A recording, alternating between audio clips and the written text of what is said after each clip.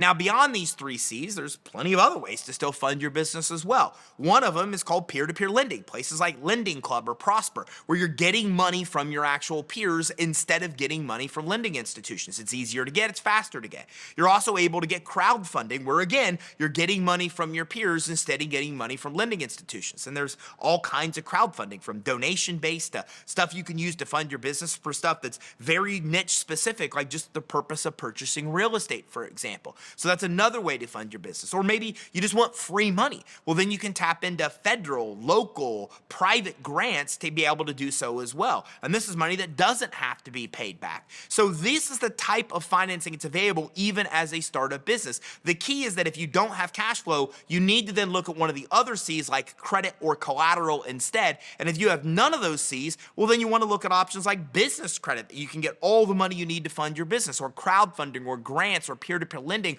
All of these solutions will work for you even as a brand new startup business.